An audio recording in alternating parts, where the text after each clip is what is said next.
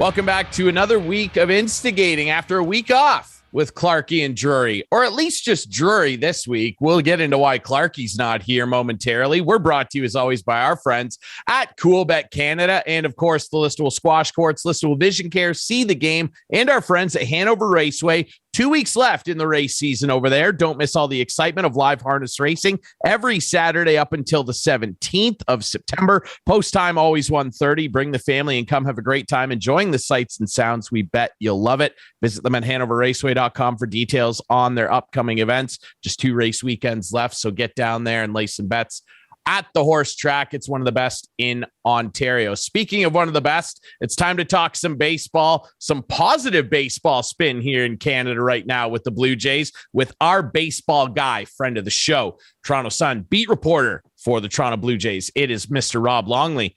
Longley, how are you, brother? Can we just go back to Hanover Raceway for a minute? Absolutely. I spent some of the formative years in my career at Hanover Raceway.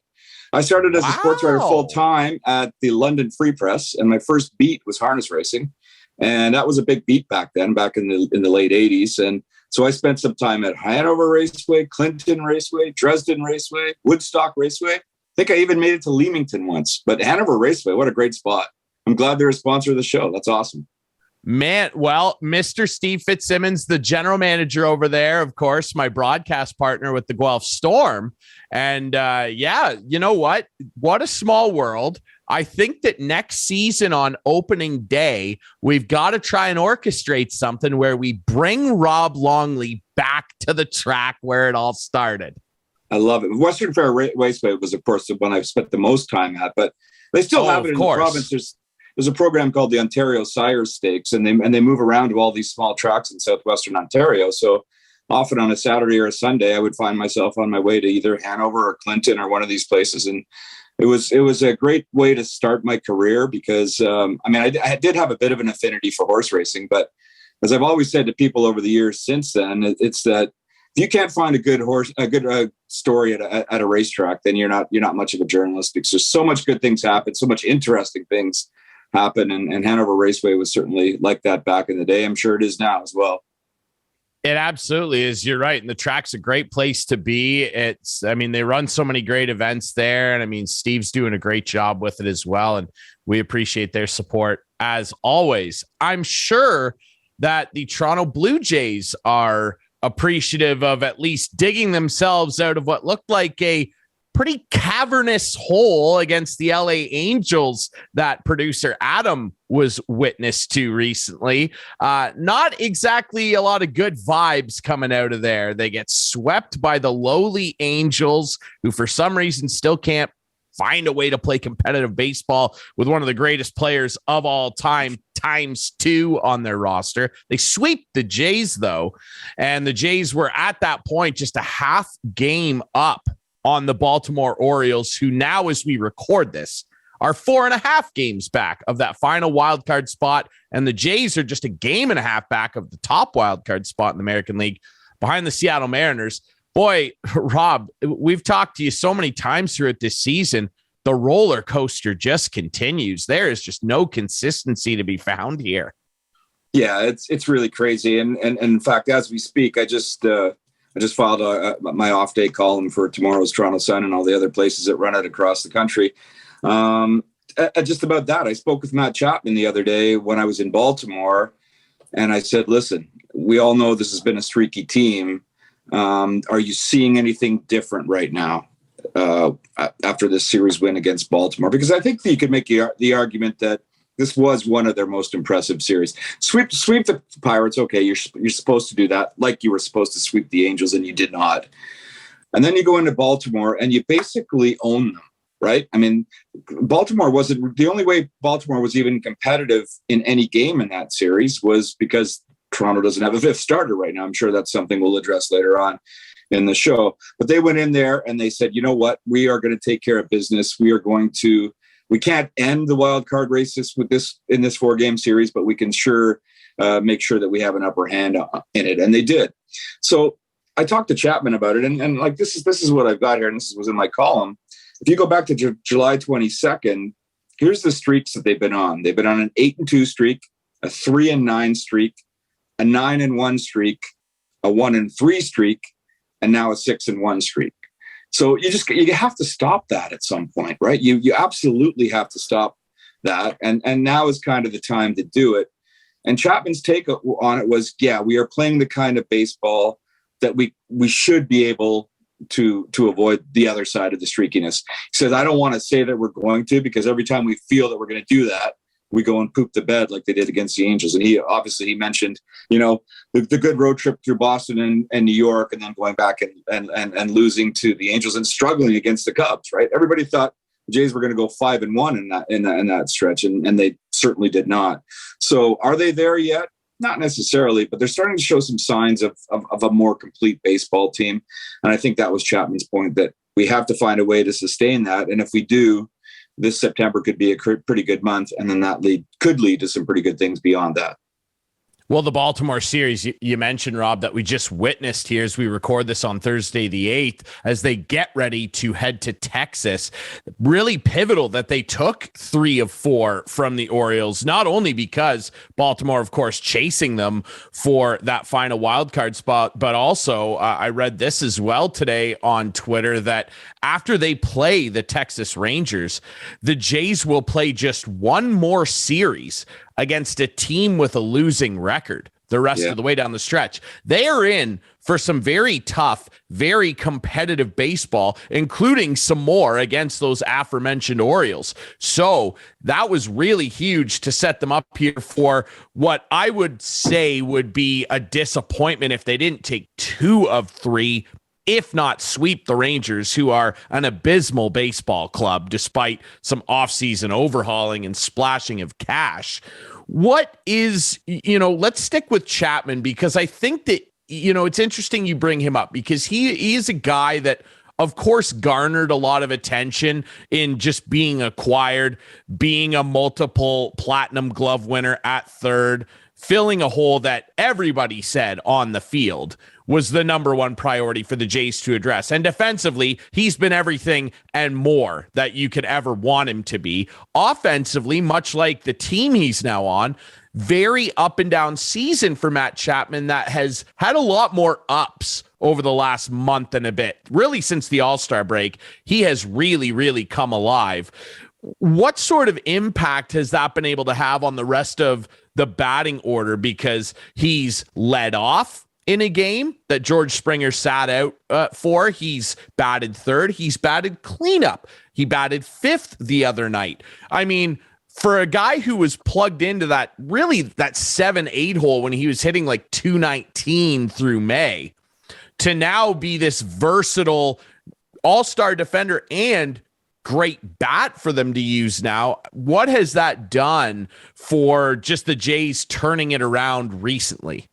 I think it's been a part of it for sure, Ryan. It's certainly lengthened the lineup, right? I mean, because they're not shy about putting him in any spot, as you mentioned, in the top 5 after being a bottom of the order guy for much of the season.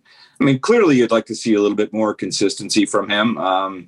He does have that 2022 Blue Jays disease of chasing bad pitches at times, although a little less so, I think, recently. He's also shown those flashes of power, right? And I think if the rest of the offense gets going, then he might be even more dangerous that way with his bat, because, they say it all the time that hitting is contagious. I don't believe that, but when enough players in the Jays lineup are going well, then you can't pitch around guys. And I think if you have Vlad or Teoscar when he comes back from paternity leave, and even Kirk, who's been heating up a little bit, if you have those guys hitting the way that they can, and then to join what Bo Bichette has been doing of late, then all of a sudden maybe Matt Chapman can be join that party, and that would make the offense all the more dynamic. But I think the really big thing with Chapman so far, obviously defense. He's made that infield defense so much better. And despite the people that want to be very critical of Bo Bichette, and he has made his share of errors, but he's emerging as a really decent shortstop. But part of the reason he's a better shortstop is because of the guy who's beside him at third base. Chapman is just so good over there. He's got such a great arm, got such great range, and he's a real leader of the infield. But what I'm sort of noticing the more time I spend around this team is that he's a real leader in that clubhouse too. And And I think that's going to be really important as we move along. There's sort of a few leaders throughout. I see David Phelps as one of the veterans, as sort of a strong voice in that clubhouse. I definitely see Chapman as one. And I see even Bo Bichette as one. So you've got sort of three different voices from three different roles on the team. And I think that's going to be important when the team gets through this heavy stretch down the stretch and gets to the postseason. But as you mentioned, it's coming up. It is a really formidable schedule that they have to go against, and it's going to expose the pitching staff. You mentioned that this team has to win at least 2 out of 3 in Texas, and I think you're right. And I think they're going about their matchups with that in mind, because right now, anyway, they've got Stripling going on Friday, and then they've got Gosman going on Saturday, and then Sunday's a TBD day. So rather than keep the rotation in order, they're hoping that they can get through a game on Sunday and beat the lowly Rangers, and then that helps them set up for the 5 games in 4 days against the Rays starting Monday at the Rogers Center. Well, we know one guy that will not be starting on Sunday, and that's Yusei Kikuchi, who John Schneider came out the other day and basically said, we like what he's doing out of the bullpen. I mean, he has to say that. And he's been okay, but again, Kikuchi, the story of this team, really, the Blue Jays 2022 disease, you referred to it as, he'll look like a world beater from one batter, and then the next batter he's throwing 5-6 awful pitches and walking them. So it's bizarre. And then Mitch White gets optioned to AAA, a guy that they brought in from the Dodgers that they hoped could give them a consistent 4 2/3, maybe 5 every now and again. He has not worked out. An 8.17 ERA. It's just not gone well for him. Now he's still a young guy, but that seems to consistently be the ongoing issue, if you will, plaguing this team, is that lack of a consistent, even 4-man rotation. Barrios has settled down quite a bit of late, but he's still a little hit and miss. But Manoah, Gosman, you know what you're getting there. Ross Stripling, just such an interesting and feel-good story, really. A guy that's been a career mid to long reliever, really didn't get a chance to shine or do much in previous stops, particularly LA, loaded pen over there. What is the one thing, if there is one you could point to, that's helped Ross Stripling turn into not just a very good, a really good, potentially great arm that is a starter here? Like, is it one particular pitch that he's gotten a hold of? What is the driving factor behind Ross Stripling's surprising and welcome success? You mean other than the fact that he's become Marco Estrada 2.0? Yeah. That's a good comparison. I joke because he has shown he has a 5-pitch mix that he can mess around with, and for a guy who's not overpowering in any way, it's nice to have that. And he seems to be able to hit all corners of the plate and that kind of stuff. But I think the biggest thing is that changeup, right? And he's not just using it occasionally or liberally; he's using it a lot. And I think he was more than 40. He used it. Changed it more than 40 times in his last start. I don't think he'll do that going forward because teams will prepare for it. But when you've got 5 pitches like that, and when you have a guy calling a good game behind the plate, then you can be whoever you want to be in a game, in an inning, in an at bat. And I think that versatility has helped him. I also think it's his experience as well. I mean, he played on those good Dodger teams. He was at best a sort of a long reliever when things got serious. And but one of the things he told me about that is I sort of asked him what it was like mentally going into a September, not just with a good team with designs on making a playoff run, but having a huge role in it. And he said that's the best thing that's happened to me this year is to be on a team that he says I loved the September experience and October experience with the Dodgers, but here when I'm a guy that's relied upon and going out there every 5 days with so much on the line and being able to perform on a team that's going well, he says that's making it a highlight of my career. And this is a guy's got a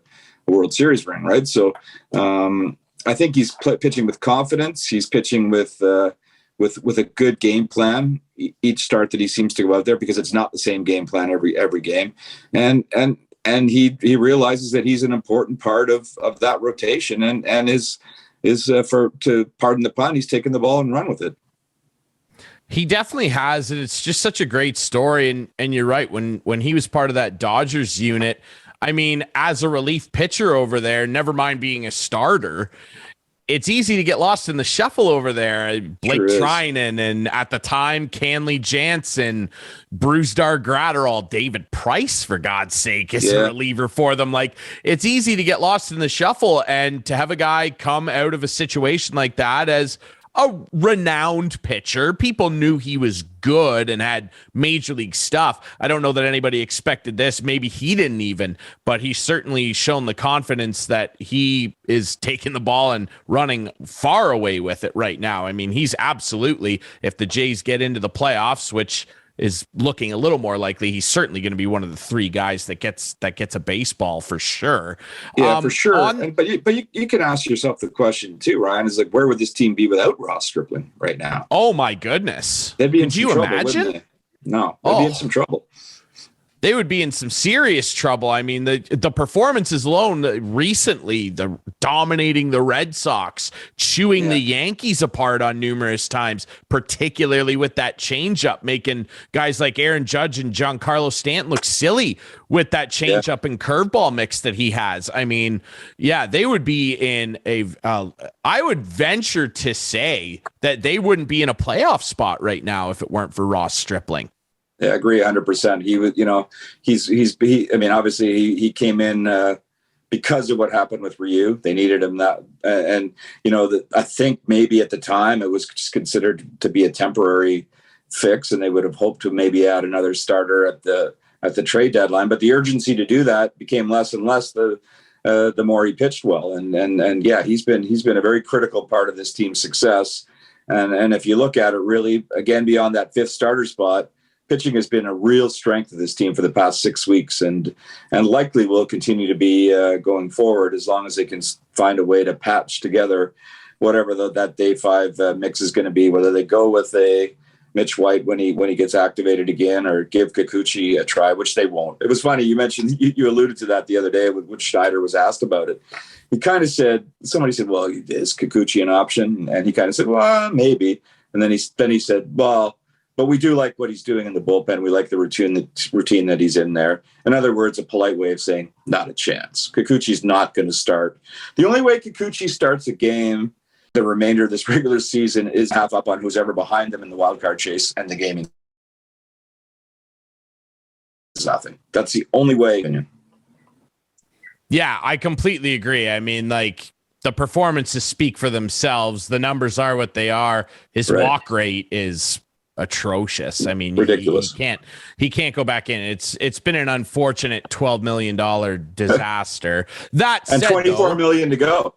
And 24 to go. I mean, good grief. It's not worked. Not worked out well. But like you said, largely pitching's been a positive story the last little stretch here. I mean, the bullpen is rounded out. Anthony Bass has been an extremely good addition. He's been fantastic. Jimmy Garcia has been lights out. I mean, every time he gets on the hill over the last little while, it's night. He's putting people to sleep with that sinker. And Jordan Romano is Jordan Romano. I mean, he's just eating guys up. Yeah. And it's positive for sure. I do wonder now, looking back on the deadline, I, like many people, was a little underwhelmed with it. Just hearing, all the expectations heading into the season, Chapman's here, the Vlad quote that's going to get brought up constantly, all of it, right? The trade deadline, based on what we've seen so far, was a little underwhelming, sure. And it's easy to kind of forget that now because they're playing well. What do you think will happen, though, from the fan base's perspective? You know what this fan base is like. What will happen if the Jays make it through the wild card round and maybe go the distance in a DS, God forbid a CS, and lose ultimately? Do you think that the fan base will then go, Well, now imagine what would have happened if they had went out and got some big name, Castillo or what have you. Do you think that it would actually almost be louder from the fan base if they lost then as opposed to in the wild card round? Possibly. I hadn't really thought of it from that point of view, Ryan, but it does make some sense. There will be a certain element of the fan base that will definitely go down that road, right? Because as soon as the clock hit 6 o'clock or whatever the deadline was on deadline day, I mean, it was billed as an underwhelming haul, and it, by most evaluations, it certainly was. The team, got marginally better. The one player that might save the GM in all of that was Anthony Bass, who's been very quietly outstanding and is earning higher leverage spots almost by the appearance. But no, they didn't do enough, right? And for a front office that has basically said that this is a year that they're really going for it, and for a front office that knows what they have in terms of the number of years they have Vlad Guerrero Jr. and Bo Bichette at a reasonable cost, and the number of remaining years they have of George Springer and others. I mean, there was an urgency, but at the end of the day, it didn't feel like they treated it that way because of what they got in return. Now, there were some circumstances. I don't doubt that Ross Atkins was shopping all around the league and had his irons in many fires, but for whatever reason couldn't pull the trigger. One thing he told me in a casual conversation one day is that any of the really high end relievers, the teams didn't want to part with them. They just and it was, and even if they did, the price was just too dear. So then it became a situation where they had to look at players like Anthony Bass and sort of the middle tier of relievers that were out there and kind of get the leftovers or sort of reduce their goals in terms of what they were shopping for. But yeah, I mean, if they were to win a round and go deep in a second round and fail because the bullpen isn't strong enough, or fail because the offense didn't get the injection that they could have had at the trade deadline to make them, to sort of give them that boost, and yeah, I think there'd be a fairly loud segment of the fan base that would say, "Man, you didn't lose it necessarily in October. You lost it at the end of July when the deadline came." That's what people will say. I want to ask you as well, just about a guy you brought up earlier, and a guy that continues to kind of be a point of contention, celebration, admiration. Bo Bichette. It's much like his season and largely the team's. The fan base seems to be up and down, lukewarm, I'd call it, on this guy. They love the passion that's clearly there, the flair that comes with who he is and what he does as a player. When he connects with a baseball, it generally goes very far. And he's on a hot streak right now. I mean, he's got a 121 OPS plus. That's exactly what he finished with last year. He's bumped his average way up. And if he had kind of been able to find some median of consistency with what he's doing now and the start of the season, he would probably have very sparkly numbers. I mean, what is it on both sides of the ball, Rob, to you? You've watched a lot of good shortstops, a lot of good baseball players. What is it on both sides of the ball that's still missing maybe for Bo, that as a young player he still has time to find? Yeah, I think that the answer is in that he's still a young player and he still has time to find. I think he's still a developing player. I think he's learning as he goes. There's nobody on that team that works harder defensively, and I think we're seeing the signs of that. And as I mentioned earlier, being alongside Chapman certainly helps him in that regard. I think the issues that he's had at the plate are more mental than physical. And just talking to him consistently, but especially over the past few days, he essentially said to himself that I'm going to go out there and be me. In other words, everyone wants to get on me, including my hitting coaches, about my approach and how I'm maybe a little bit too wild at times and maybe a little bit too aggressive. And he acknowledged that, I do have to be selective at the plate. You just can't go up there and swing wildly, but maybe I was trying to harness it in a little bit too much to get that consistency. But I know when I'm at my best, he said, And I'm at my best is when I'm at my best, it's when I'm aggressive. When I get my pitch, I go after it. Yeah, I have to be a little bit more selective, but if there's 2 strikes on me and there's a pitch that's coming down there that I know is my pitch, I'm going to take a cut at it. And we saw what a show we put on and over a couple of games in Baltimore. And that 3 home run game, underrated in that one, his last at bat, he almost he just missed hitting that one out. Like he hit it very sharply out to center field. And it was just like, he was a centimeter away from having 4 home runs in one game. And because of that success he's had, he's swinging with some confidence now. He's being selective but aggressive at the same time. And I think the fact that he's mentally found that approach that can work for him, I think that's the reason why he's having some success. I don't understand 100% why he is such a flashpoint with fans. I mean, I get it. There's big expectations of him, and when you regress a little bit from what you were in 2021, people are going to wonder what's up. But as you mentioned, Ryan, he's had a decent season, and he's now at 22 home runs, which I believe has him 3rd on the team. He might not reach the 28 or 29 that he got last year, but I think he's probably going to top 25, which isn't too bad for a shortstop if you look around the league. And it's interesting to me that he seems to get way more heat than Vlad Guerrero Jr. does. And I'm not quite sure why that's the case. Yeah, and Vlad right now is mired in quite a slump. I think people maybe are more forgiving because some still feel like he should have been the MVP last year, and they're a little maybe more confident in his overall ability to get himself out of that. But I mean, the last, I think, 3 weeks, Vlad's hitting 220. Like he's in one right now. Really quick before we run out of time here, tomorrow, we're recording this Thursday. On Friday, there's going to be a vote expected to be approved. Ken Rosenthal tweeting this out. Introduction of pitch clocks, bans on defensive shifts, at least the setup of them, and obviously larger bases, which, I mean, I don't know how much of an effect that'll really have. Maybe it increases stolen bases a little, but perhaps the first 2 though, your thoughts on this potential? I mean, the shift is the really big one, obviously. What are your thoughts on that? I'm all in on both of them, I think, because for one thing, I mean, I sat through a 3-hour and 53-minute game the other night, and I mean, it's cause for celebration in the press box if a game is 306. Right, not 226s, which is what it should be. There's no reason a baseball game should go more than 2.5 hours, unless it's sort of an oddity, an outlier of a game.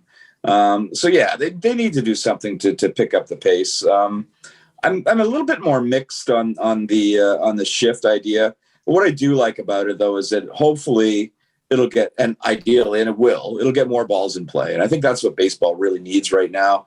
And I think it'll make it a much more exciting and much more creative game because batters will have a fighting chance. And I think it's just gotten so technical shift wise. The video teams and scouting staffs are just so good at figuring it out that it's really taken away a lot from the game. And with the strikeout and swing and miss being such a key element too, that there's just not enough balls in play. So if you eliminate the shift, you're going to get back to a little bit more traditional feel for a baseball game. And I think, a more entertaining game overall.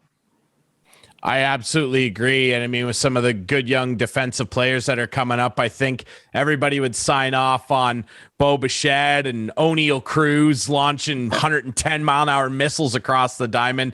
I think everybody would be in for that. Rob, we really appreciate your time. As always, you are our guy when we want to talk baseball. And right now in Jay's land, it's fun to talk about baseball. So we'll see how this series with Texas turns out. And well, you can probably bet we'll be bugging you again toward the end of the month when it's really into the nitty gritty. We really appreciate you doing this, Rob. Yeah, let's do it again as we get closer to the playoffs. My pleasure, guys. Absolutely. Rob Longley, our friend from the Toronto Sun. You can follow him on Twitter. He is one of the best Jays beat reporters that you can find on social media or elsewhere. Hey, newspapers, they still exist, guys. All right. Websites, absolutely. You can find Rob's work all over the place. He is one of the best. We'll take a quick break. When we come back, producer Adam and I will discuss why my co-host is not here right now, and we'll chat a little bit about Adam's recent excursion to the Blue Jays, unfortunately bearing witness to the sweep game at the hands of the Angels. But we'll chat about that experience, and we'll talk a little bit about how expensive it's starting to get to go to sporting events. That and more coming up next here on Instigating.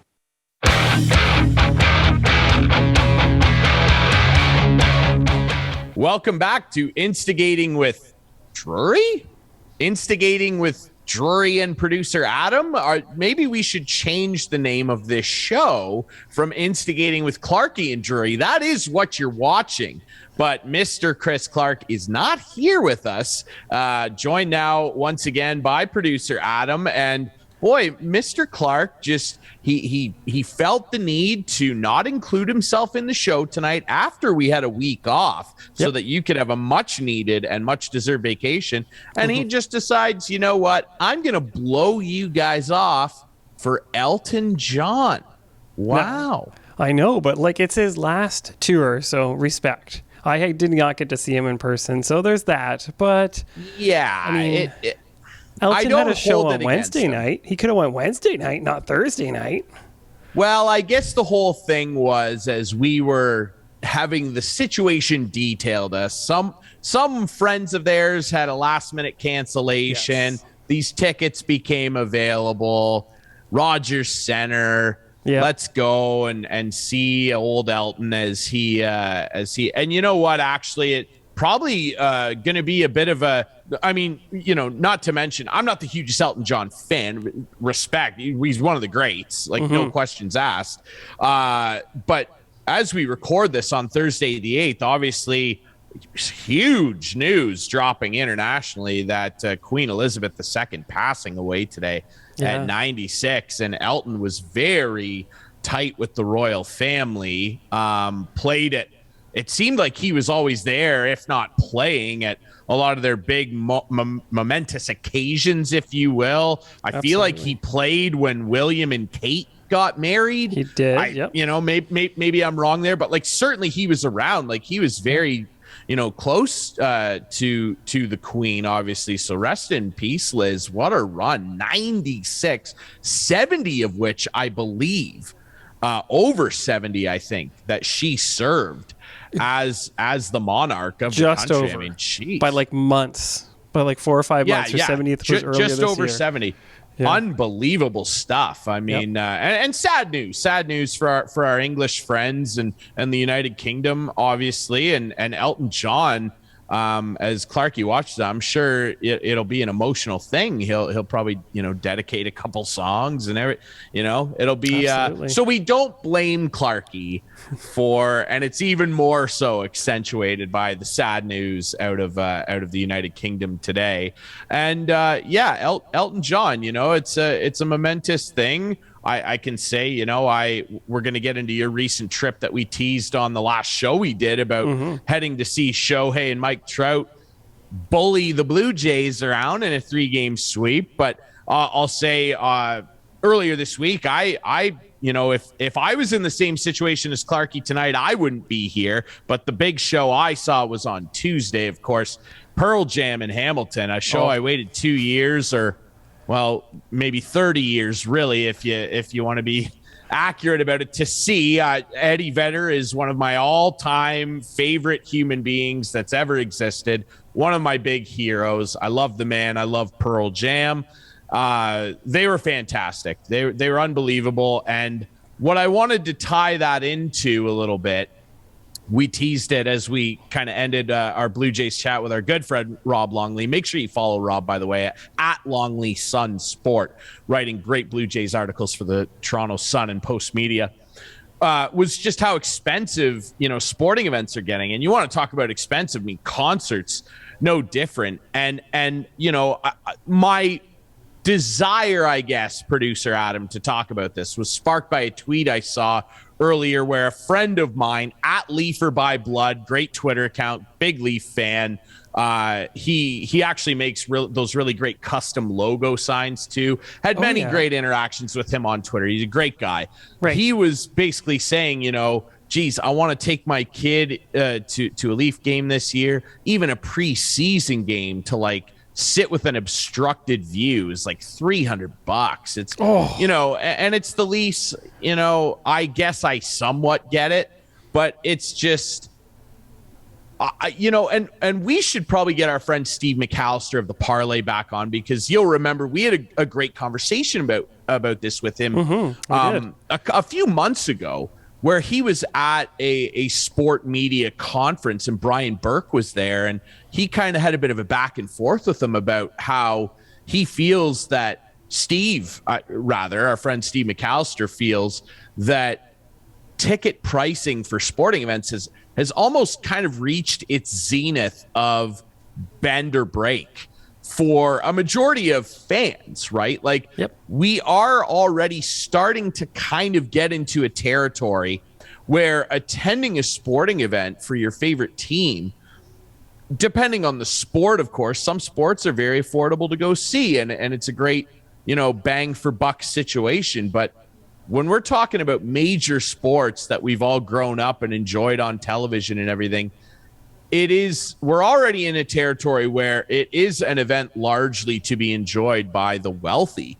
Yeah, absolutely. And it's really, really unfortunate. And I think that, I'm not an economist. I'm not a finance expert. I'm not going to pretend I understand all the financial inner workings. I know the players are making more and more. The prices go up more and more. The demand is there. So there's an argument to be made for that. It's why I've always had so much respect to a large degree for a lot of soccer leagues. And it's a sport I know Clarkey can't get behind, but the German league, the Bundesliga, they have a rule where at least half the club has to be owned by fans and fan groups, and they are dedicated. They sit on the board of the club. They direct how the club does business. That's why generally the German league, even the big teams like Bayern Munich, don't see them spending hundreds and hundreds of millions of euros. They will spend, Bayern will, but the teams there, they don't spend like the English Premier League. The TV deals, yes, it's different, but they made a rule like ages ago. They capped away games at 20 euros. Oh, that's awesome. You can go see any German game, Bayern Munich, whoever, from the smallest team to the Bayern Munichs and the Borussia Dortmunds. You can go and watch your team play at Allianz Stadium against Bayern for 20 euros and watch that great Bayern team with our great Canadian star, Alphonso Davies. They capped that.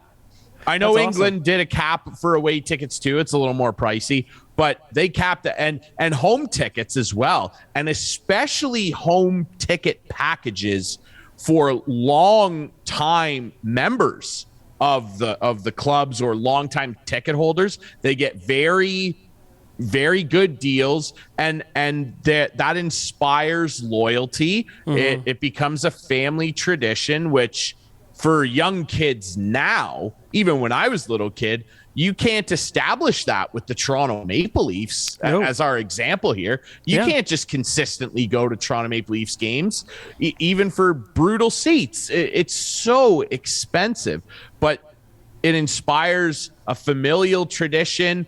Everyone goes, they buy merch because they have some money left over. They come to the stadium. They don't just sit there. They get some schnitzel. They get 12 beers because they're fairly priced. You know what I mean? It's not $18 for a sippy cup. You know what I mean? And my whole tie-in there, I know people are wondering, where are you going with this? What does that have to do with Pearl Jam? Well, it's why I respect Pearl Jam, because sports tickets, concert tickets, insanely expensive. And it's largely driven by the ticket companies, Ticketmaster, and all the sport companies as well. essentially almost eliminating the resale market because they control it all now, almost to a degree. Scalping has become a digital marketplace now, and they're all in on it. And legal, which is crazy. It is. Yeah. And it's insane, the prices. One of my favorite bands ever, Paramore, is coming back to go on tour. The tickets are psychotic to see them in Toronto. It's such a bummer. I remember seeing Paramore as a young man, like really falling in love with the band for $90, and there was a big bill of other artists included on the ticket. Like I saw like 4 bands plus Paramore for 2 hours for $90. I understand times are changing, but it's why I respect the German Bundesliga on the sports side, and it's why I'll always respect Pearl Jam on the music side. Well, how much $120? for your tickets, okay, $120 for the tickets. Yeah. Now, we bought them 2 years ago. The show was postponed due to COVID. They rescheduled it, honored the tickets. That's a big thing. Also, what Pearl Jam generally does is they have a flat price for a large majority of the tickets. I don't know what the floor situation is, but for seating, it's generally a flat rate, doesn't fluctuate too much between the seating, and it's a lottery system where basically you pay and then it gives you your seats. You could be sitting side stage, you could be sitting, luckily where we were, right in view. We were 9 rows up from ice level at First Ontario Centre, formerly Cops Coliseum. In Hamilton. So I'm head on looking at Eddie Vedder all night. Right on. And it was just a stupendous experience. And they make it so worth it. Not only are those extremely reasonable prices to pay for a concert or sporting event, they make it so worth your while. When you go see Pearl Jam, and this is something I already knew, but definitely found it out when I saw them earlier this week, they play a completely different show every night. Wow. They played 19 or 20 songs when I saw them. Eddie had a lot of chatting with the crowd. He's just such a personable guy, which it's just fun. He could have just stood up there and did a 2-hour TED talk and people would have been satisfied, right? Oh yeah, I bet. But all the songs, and they were completely different from the show they played before. And I know they're playing tonight on Thursday in Toronto, actually, next to Sir Elton John. The show will be completely different from what I saw. That's wild. And I don't know that a lot of these sports teams that are sitting pretty on all these big ticket prices and going, people will always pay. I do kind of wonder. I don't have to wonder. I'm friends. I grew up here, Adam. You grew up in this area, Midwestern Ontario. We could name 20 people we both know that are diehard Leaf fans that will never attend a game for the rest of their lives. They can't. You know, in fact, my brother attends Leafs games when they play the Red Wings because he's in Windsor, and it's cheaper to go see them in Detroit than it is for him. And of course, he's in Windsor, so it's easier. But it's cheaper to go see them in Detroit than it is to go to the Air Canada Centre and see them play Detroit. It's wild. If someone a few years ago, I saw a wild Twitter thread where someone had worked out what you could do across the NHL for the same price as one Leaf seat all throughout the arena, like in the different sections, gold, purple, whatever it is. Yep. It was a very interesting Twitter thread. I'm sure someone could find it. It had thousands of retweets. Like, for instance, if you sit, a few rows from the ice, what are those? The golds, the grays, whatever they are. I don't care. I don't know. I'll never sit there. Same. At a Leafs game, I'm willing to bet you could sit at the same seat in Little Caesars Arena, a nicer, newer building. Yep. That, doesn't really matter for what we're talking about here. But you could sit in the same seat effectively and watch probably 3 Red Wings games in those same seats there as you could in Toronto, and probably still have some money left over to go around and shop and maybe catch a Tigers game. Who knows? It's maybe a Lions game, although I don't know why you would want to subject yourself to a Lions game. Okay, I got you one for you. Years ago, one of my friends was going to vacation in Florida, and they were going near Tampa. They actually worked out that it was cheaper for them. Stories. Yes, to fly to Tampa, get their hotel. Now, they were doing other things, but they reserved one night to watch the Leafs in Tampa play now, of course, this was years ago before the Hedman, and they got really good, so that might have changed. But they were able to fly there, watch the game, spend their vacation in Tampa, do whatever else they wanted to do, fly back, and it was cheaper than getting gold seats at the Air Canada Center on a really cheap flight and a really cheap resort, right? Like, and all of that is the cost of the one Leaf seat, right? Yep. Like for one of those group to go to the Leaf game. Exactly. And there's 4 of them going down to Tampa. Booked all the stuff and went to the game for the same price as one of them maybe getting a Leaf seat. And that's wild, isn't it? Well, it's a conversation that I understand, like, that people are probably going, well, you can't compare the experience of seeing, Tampa Bay to this long established historical blah, blah, blah. Well, if we're talking about that in the consistency of your argument, like, Canadian teams really in general can be pricey to see. I know the seats aren't cheap in Montreal either, but a Canadian team hasn't won the Stanley Cup since 1993. Those Montreal Canadiens. So and the last one to get close was Ottawa, right? Like, it's like, where's the value for this giant thing? The weight of history.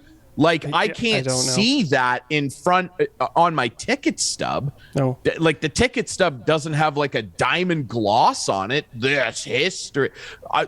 Why in terms of just raw success? I know that there's layers in terms of the market, the fan engagement. Tampa Bay, for as good as they are, they do not always sell out over the last few years at home games. They do not. They usually come pretty close, but they don't. And when it was lean back when your friends went down, they were having, there were 11,000 people in St. Pete times. It was easy for them to get tickets. Then. They literally walked up to this arena and bought tickets right on the spot. They shuffled you in the building. Yeah. Come buy nachos, something. Yeah. So I understand that it's a complex issue. It's just that, if that's your argument, this well-established, but well-established in what? They've won nothing in forever. If we're talking specifically about the Leafs, sorry, Clarkey. Why are the Tampa Bay Lightning tickets not the most expensive home seats in the league right now? My Avalanche, Stanley Cup winners, they're not even close to the most expensive tickets. No, I actually think they're in the bottom half. Yeah. I'm pretty sure the Avalanche are in the bottom half. I think their season ticket package is ranked 18th. I think you're last year. But you can bet their tickets are going to be more expensive when they come to play Toronto. Toronto. Well, yes. See, I thought you were going to say next year, and rightly so. They did the thing. Yep. And so it makes sense, that the tickets would go up a little bit. The same thing happened in Washington when my boys did it. It's just a frustrating thing where, and again, here's like another layer to it that I think a lot of people don't necessarily grip. It's not just the team or the entity, the artist, the band that you're going to see. It's the venue. Yep. It's the ticket service that is driving those prices up, and Ticketmaster is one of the most infamous for it. And you'll remember my beloved Pearl Jam boys went to war with them in the 90s because Ticketmaster wanted to charge obscene amounts of money when they went on their no code tour across the United States. And Pearl Jam said, we're not selling tickets through you guys. And they went and actually did their own outdoor festival where I think they charged people $25 to come to this big open field, and they put the show on themselves along with their record company. Like, it's not great example right now. Bruce Springsteen is just getting dragged over the coals right now. His tickets are sickening. And, it's not like Bruce Springsteen doesn't sit there before a tour. Elton John, Pearl Jam, Garth Brooks. They don't sit there and go, most of them, my tickets have to be bare minimum this. They have so much money. They are Bruce Springsteen, I can guarantee at, what is he, 74? 75, maybe. He's thrilled people still want to come see the boss. No kidding. He doesn't care if the tickets are $1,000 or $30. He's got more money than... He's just happy people want to still come and sing Born to Run. You know what I mean? Yes. Like, so while I understand that people can get angry at the Toronto Maple Leafs or Brendan Shanahan or whoever about the ticket prices, understand that there are a lot of, exterior factors at work here. I don't like it. And I think over the next little while, you're going to see a break point where people, show attendance is going to, and sporting attendance is going to start suffering more than it's already starting to. Yep. Like, this is already starting. So, well, put it this way, like I grew up in the GTA. I grew up north of Oshawa. I've lived in the surrounding GTA area my entire life. I'm going to be 40 in a few weeks. Guess how many Leafs games I've been to, despite not being a Leafs fan. Guess how many Leaf games I've been to, Ryan? Across your whole life, yes. Or just while you lived there? No, across my whole life. I'm gonna say 2. 0. I've never been to a Leafs game. Absolutely none. Yeah, I've never been to a Leafs game. Okay, so now, of course, they're not my favorite team, but I would love to see an NHL game in person.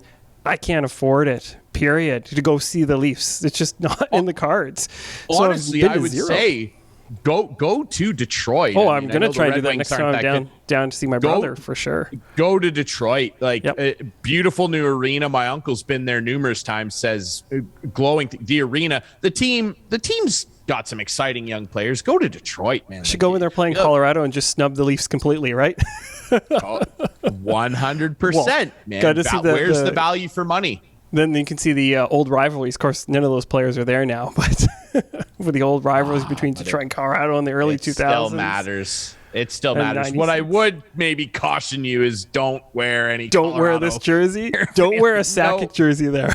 Okay. I'll keep my Colorado hat at home. I wouldn't wear a Colorado pin on the back of my jacket. Kidding. I would hide all that stuff for sure. Yeah, it's disappointing. But my favorite teams in sporting are the Raptors, the Jays, the Colorado, Montreal Alouettes. I don't follow much NFL. I'm sorry, I don't. But I've seen the Raptors twice before the 2019, so the tickets weren't that expensive. I've seen the Jays 4 times in my life, and most of them were in the 500s. This recent one was in the 100s and was amazing to see. I've never seen an NHL game, and I've never seen a CFL game in person. And I've seen a Rock game, the Toronto Rock. That's pretty exciting.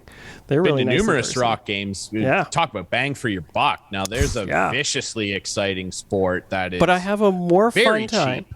I have a more fun time going to see a Guelph Storm game or an Owen Sound Attack game. I've seen numerous Attack games. Living in Owen Sound for years, I saw tons. We used to go every weekend to an Attack game, and it would cost $20, maybe $15. And that was when Bobby Ryan was playing and Sekera, Trevor Krizakis. Like, they were really good back then. Talent, and it was cheap. They really did. And the beers were about maybe $5-6 then. We went recently last. They still are at the Bayshore. Yeah, we went recently. They're still very expensive. Yeah. It's wild. It's interesting you mentioned that too. I'll selfishly plug that there is a fan fest at the Guelph Storm opening night, September 30th. Home game opening against the reigning OHL champion Hamilton Hammer City Bulldogs. There's going to be like a fan appreciation thing for people to interact with. Believe it's right from noon by the arena at the West Parkade. All the way till puck drops. So Steve Fitzsimmons and I will be there if you want to mingle with the broadcast crew of the Guelph Storm for some reason. I do. Yeah, and I know a lot of people. Oh, well, why don't you come out? We'll get you out there. It'll be a lot of fun. And I know a lot of people around the area like to go to Storm games, Rangers games, London, Owen Sound. We're lucky here in terms of, thank God we have that good junior hockey base where there's plenty of great up and coming talent. Yep, and even seeing like a Cyclones game, you could see some really good hockey in this area for not a lot of money. Oh, the Cyclones are down the street from me, man. You walk in there and see some really good hockey. It's Thank God, too, right? For sure. But to quickly get back to your thing on price. So when we went to see the Jays, it was myself, my mom. Yeah, tell us about this. Yeah. So for price-wise, it was myself, my brother, my mom, and our 2 daughters. So there was a seniors price that's a little bit of a discount, youth price that's a little bit of a discount, and my brother and I had to pay full price. It was $350 for all of us in the 100 level. 32 really rows good. from the field. 32 rows from the field. It was amazing. And you're down the third baseline, too. That's the best place to sit. I love that. It was awesome. On a Sunday game, we got in there, gate 11, straight through gate 11, straight to our seats. There's food right there. There's merch on the other side. The Sportsnet broadcast is not very far away, and they let you walk up and talk to them. It was really cool to see Jamie and Joe. They're right there. You could just say hi. Yeah, it's they crazy. sit right on the concourse. It's great. Yeah, you could just walk up and be like, how's it going? They'll talk to you. It's wild. And we saw the game, and it was wonderful. And they did lose, but remember Clarkey was saying, I wonder what the fan experience is like. It's exciting. The fans are into it. Every hit, everything. There's nobody's sitting there not watching the game. We're all like, whoa, oh, yeah. So, and the new Jumbotron, amazing. The new video setup, it's right there. They poured a ton of money into that, and I'm excited to see what the Renos look like next year, the Rays bullpens, all that stuff. I will say the Jays fans are a little wave happy lately. Yes. I don't know how I feel about that. And I know they were breaking it out when they were losing to the Angels. I was looking for you a little bit. I refused to do the wave. I literally flat out was like, nope, not doing it. We lose every time we do the wave. Thing. Why am I doing the wave? Yeah, nope. The wave is gross. I'm old man, no fun guy. Sorry, no, not the wave. Drink a billion beers, make a beer snake. I don't care. The wave. Come on now, guys. I did see your friend Chapman. He was had a couple of good hits. Got stranded, but a couple of good hits. Yeah, that wasn't a great series for them. No, it wasn't, but it was really cool. Like we got there, and maybe 2 days before the game, they said Trout's off the injured list. I'm like, oh my Lord, we are going to see some really good talent, and we sure did. Mike Trout's a freak, one of the greats, absolutely. All right. Wrapping up real quick here, we're recording this on opening night, NFL kickoff. Rams, Super Bowl champs, hosting the Bills, who hope at the end of the season to maybe be Super Bowl champs and bring a long-awaited title to the city of Buffalo, New York. I've got a bet laid down, of course. Coolbet is the place to go, guys. Coolbet.ca, the bet builder. It's my favorite thing tonight. Our viewers, you'll know if this hit for me. I've got Josh Allen throwing a touchdown.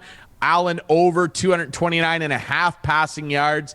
Bills by 2.5, under 51.5. That's just an example of a bet you can make on the Bet Builder tool. It basically lets you customize all sorts of props, throw them on one ticket. You can, of course, make single event bets. They've got a great promotion right now where if you lay down $25 on a single event bet, you can get a $25 bet credit whether your bet hits or not. So that's pretty awesome. Great time with the NFL season kicking off to get yourself a Coolbet account if you don't have one.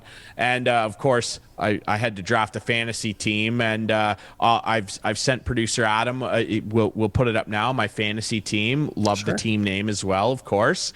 Our fans, you can let us know what you think of my fantasy team, maybe, and you can do that on our social media feeds at Instigating Pod, where, of course, you can watch this show and find links to it where it airs Friday nights at 8, Sunday nights at 9 with our friends on Whiteman TV. That's channel 6 for Whiteman subscribers, debuting on our YouTube channel every Friday night at 9.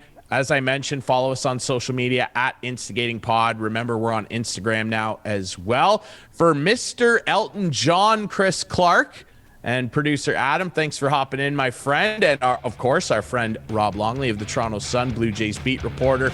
We'll see you next week with more Instigating. Take care, everybody.